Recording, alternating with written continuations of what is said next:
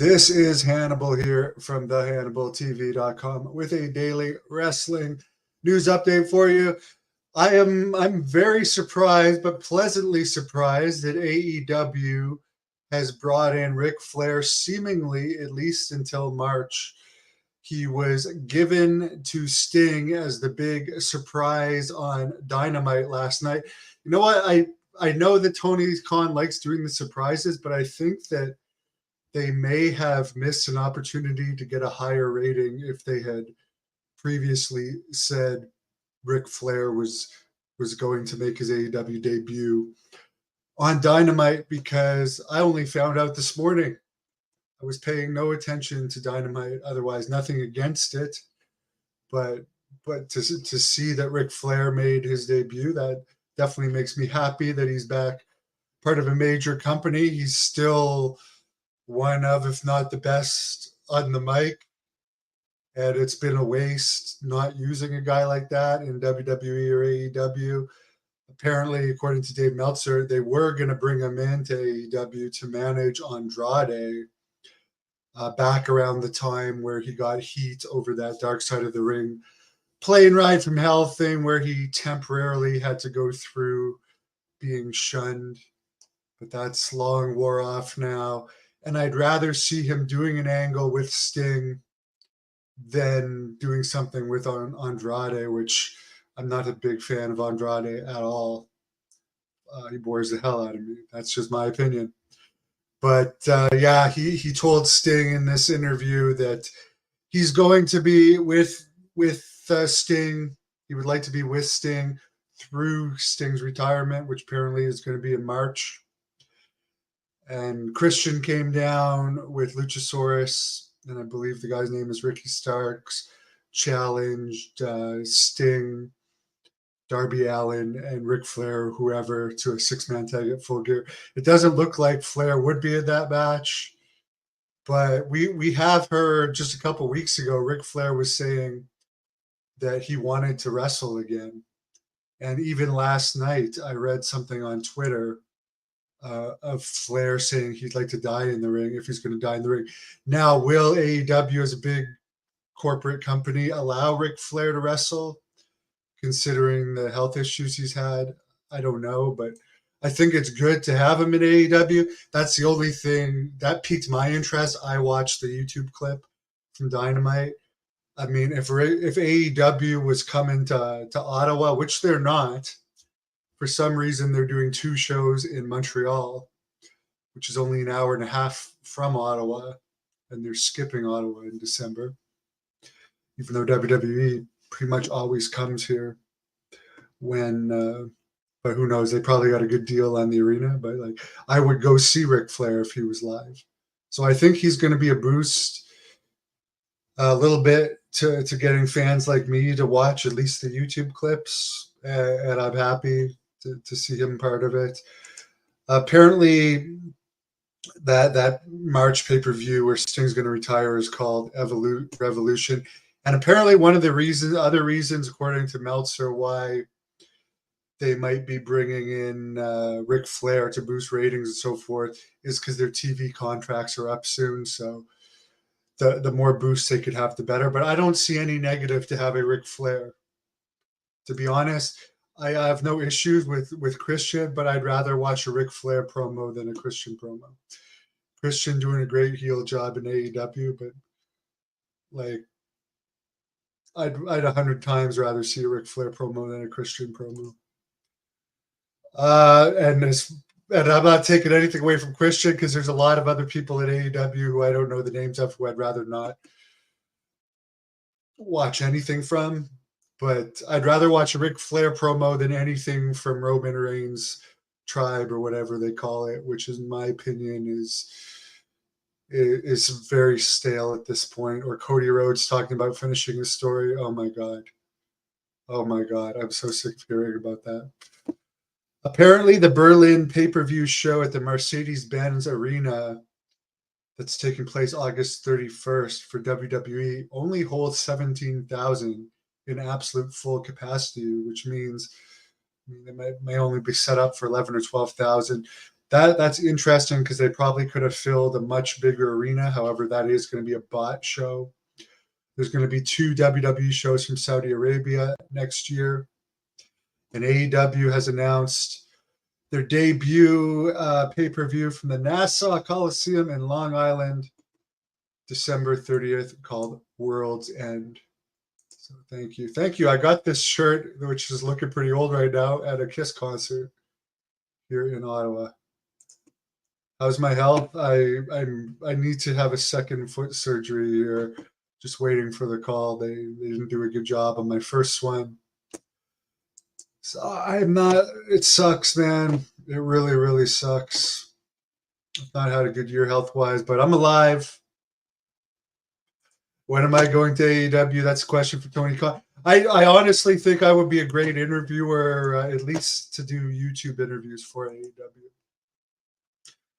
But who knows? Right now, I'm focusing on my own interviews. There should be some good ones. I'm just waiting to get this second foot surgery because I don't want to make them and then cancel them. But I got some other ones from John Paz. There was a good interview with Buff Bagwell with Rick Bassman yesterday. My God, I didn't realize Buff has been on meth, pain pills, cocaine. At one point, he was drinking a minimum 25 beers a day for over 5 years. It's amazing the guy's still alive. I think Charlotte Flair will go to AEW. If they make her an offer, she can't refuse. But I'm pretty sure she's under. I haven't heard that her contract is expiring anytime soon. But it all comes down to money. And we've already seen the new WWE. They didn't offer Edge the money he wanted, so he went to AEW. So we'll see as the bigger stars' contracts expire if they'll offer them more money. It's nice to see, though, like we haven't had this since WCW. When wrestlers jump, it's more interesting. Like, what's her face? The huge girl there, Jade Cargill. I mean, I had barely ever heard her name mentioned, and now that she's jumped to WWE, it's become a big deal. So it's neat to see that we're going to be back to if Charlotte ever jumped to AEW, that'd be huge. But I don't. Omega and the Young Bucks and Hangman Page have been locked into long-term contracts even before they were able to negotiate with WWE. So I don't know who in AEW's contract will be running out to jump anytime soon, or who in WWE's for that matter. It'd be interesting. Imagine if Austin ended up in AEW in a match. I think I know Brock Lesnar, who knows when his contract ends, but I really, truly think AEW should go after Goldberg and Brock Lesnar. Brock Lesnar would be a huge, huge hit to WWE.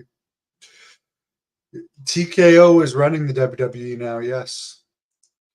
Ric Flair versus Sting, and I don't think they're going to do that, but it would be cool.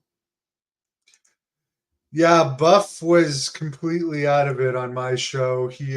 And for the people that said, why did you do the interview with him, even though he was fucked up? Well, because he had something wrong with his PayPal, probably. I'm only going to assume when people say they have something wrong with their PayPal, sometimes PayPal can be in the negative. So if you pay them, they don't get the money or they only get a percentage of it. So he needed to have a Western Union money order. And then he no-showed the first date when he was supposed to do the interview. The second time, he was 15 to 20 minutes late. So it's like, when he finally comes on, I'm not going to say, sorry, we're not going to do this interview I've prepaid you for, because it appears you might be high or drunk. I'm going to get my money's worth, which is what I did. I don't hate Buff Bagwell. I'll tell you this though. Congratulations. He did appear sober in the Bassman interview. He has been working with DDP, and I do wish him the best. I wish no negative on Buff Bagwell. I know he doesn't like me. I mean, At what even with a leg that's broken right now, I could still beat him up 100%. I don't believe his one punch knockout story from Rick Bassman's YouTube because I've never heard any other wrestler tell the story, and I've only heard of him backing down from fights, such as with Kiwi and Scorpio. But I do like him, and I wish him nothing but the best. And I do think that was a good interview. Tessa, I do think, just like everybody's heat, they'll go away eventually. I could definitely see her.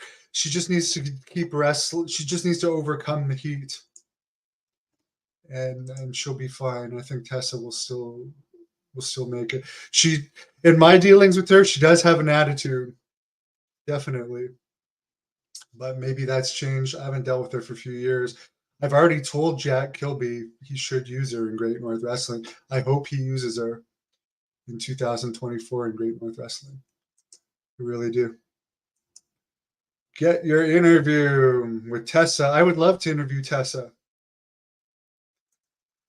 I would love to see Hogan in AEW. Tony Khan has said he would never let Hogan in AEW, but never say never in WWE. I wouldn't recommend the wrestling business to anybody, but if you are going to join the wrestling business, do it with a school that has connections with WWE, such as Tom Pritchard's or the Nightmare Factory. Because, for instance, when I went to wrestling school, I did it with the Dungeon, that had a very bad relationship with WWE at the time. There was not the greatest relationship with the Hearts and the WWE. So I didn't have anything. Chaotic Wrestling in Boston, I think, where Kofi Kingston's from too. There's some schools that WWE will directly give NXT tryouts out of. You don't want to go to a school that doesn't have WWE connections, because connections are one of the most important things in wrestling. Like Rick Bassman's school had great connections. That's why Rick got so many people in WWE. I still regret back in 2006, Rick was trying to get me to join UPW, and I didn't do it. And I should have, because Rick would have got me signed back in 2006. No Gimmicks guy, Jack Kilby, says he reached out to Tessa Blanchard. This is the executive vice president of Great North Wrestling, directly and through a third party a couple times. Never got a response, but he'd still be interested in booking her for Great North Wrestling. So there you go, folks. If you want to see Tessa in Great North Wrestling, she was supposed to wrestle Lady Yasmin years ago, but there was a flight issue where she had too long of a delay and she didn't make it to the show in time. But we'd love to have her, so tweet at her, message her to get in contact with Jack Kilby. He's the one running Great North Wrestling. Speaking of which, there's a big GNW event coming up November the 4th in Renfrew, Ontario, that I'm going to be hosting. Renfrew Reckoning. Tickets are on sale now. There you go. It's going to be a great event. That's the outdated poster. I got to add the new poster to here. There's a girls match replacing the Blood Hunter match now. And Hannibal is going to be hosting the event. Chris wants to see Ric Flair back holding a title. Someone says Tessa is hesitant about responding to emails. Message her through Twitter or Instagram. There you go.